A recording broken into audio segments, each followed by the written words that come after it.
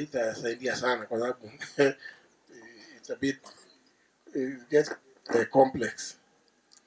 Nisikia vile Mboya alisema mambo ya Muguka vile, you know. Sijui kama mulishika hiyo. Ile alisema Muguka hapa iko sawa. Nilisikia wengine mulicheka ni kama mulishika hiyo maneno iko namna hiyo.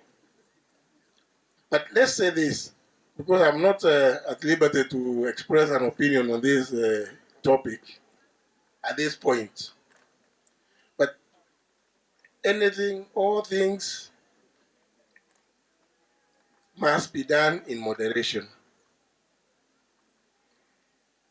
Hata kawaida si tunapigana na pombe siku wakati iko vita tumeanzisha kubwa sana ya kupigana na pombe. Ukitumia pombe nyingi sana inakuharibu. So lazima kila kitu tujaribu tujue kila kitu kina madhara yake, mema na maovu yake. I'm only going to go up to there. It was the other day on Tuesday. Watu walisema nimesema mambo ambayo siko nimesema. So what I'm saying is, do everything in moderation. Hata kahawa hii tunakuza. Ukikunywa sana mingi sana itakudhuru. Kwa hivyo hata chakula ukikuwa tangu asubuhi ni kumwaga tutakuja kukorokota wewe huko kama so anything done in excess iko na shida zake.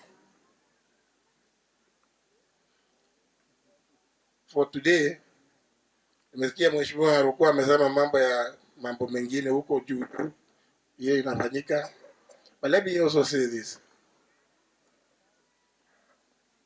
Hii mambo nasikia imeanza saa hizi, si mambo mpya.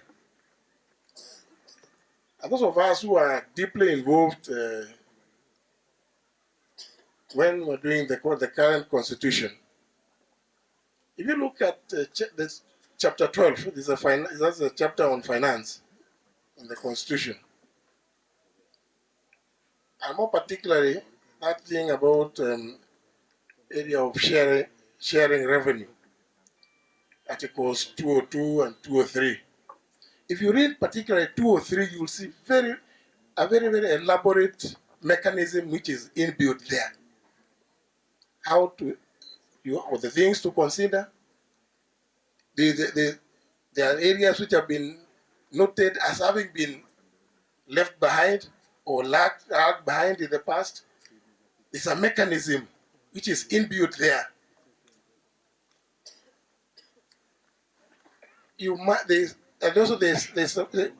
There's reference to population,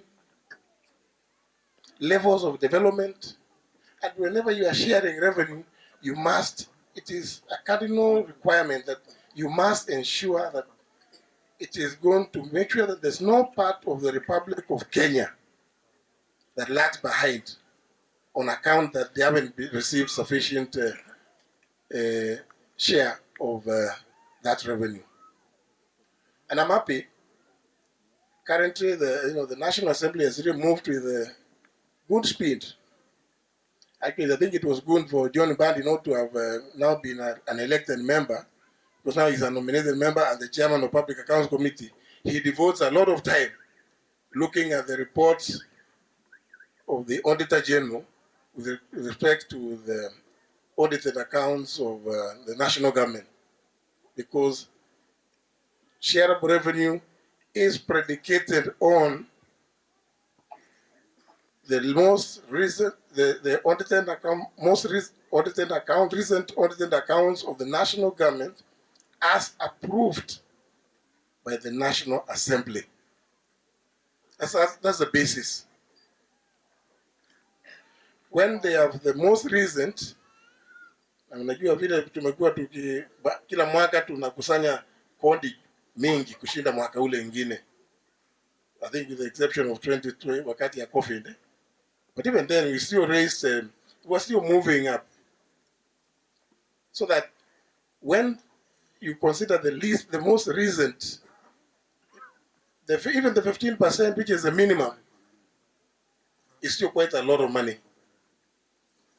So I think even the current debate, which is about meskia, shilling and what kilometers and things like those, there are things that perhaps we need to tone down. Go back to the Constitution, particularly what is in Article 203. Are we applying that? Na tujiulize pia. I like what Mheshimiwa Ruku has just explained about expenditure of resources.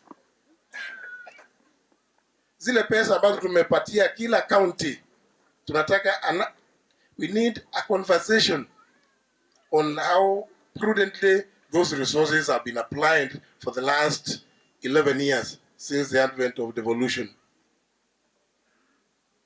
We are seeing a lot of improvement in many counties,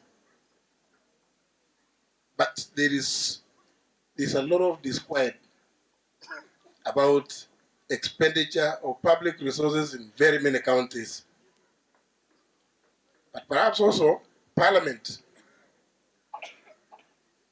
and particularly the Senate, should now come out and tell us how have we fared?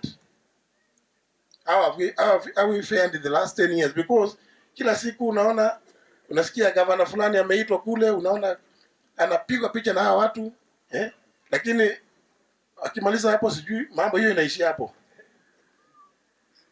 We need to ask, the Senate must justify its existence. How is it that tunasikia governor fulani ameshikwa ama ameambiwa kuja record statement, amepelekwa kotini, and it's about expenditure, but hiyo mambo hatujasikia kule katika bunge letu la Senate. It just means that there's something which is not right.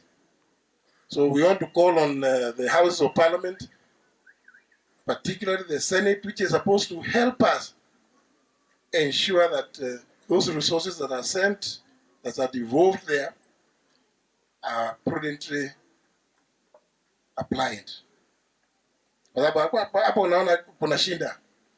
So hata tu wakati tunaanza kuongea ati one shilling, one man, kilometer. First of all, let's tuangalie zile zimeenda kule, how have we spent that money? Ndio hata tuanze kusema mambo ya hizo kilometers ama hiyo shilingi moja tunasema zimetumika namna gani? We seem to have also completely ignored the fact that apart from the national resources that comes through the shareable revenue formula, there is also own source revenue. Serikali zetu za magatuzi si bado wanakusanya wanarokota kodi zao pia huko. How is that money being applied? Kwa sababu kila mmoja ni ile tu, kila mmoja ile serikali kuu mpaka saa zingine wasikia wakisema sasa tusipopata pesa hii atiyakuta kuwa mshahara ya wafanyikazi wa county government, na zile mnakusanya kwani hazitoshi? Let's know. But what I'm saying is all this discourse is healthy for the country. It's healthy for our democracy, so that nobody becomes complacent. People do not misapply public resources when they are given the positions of trust.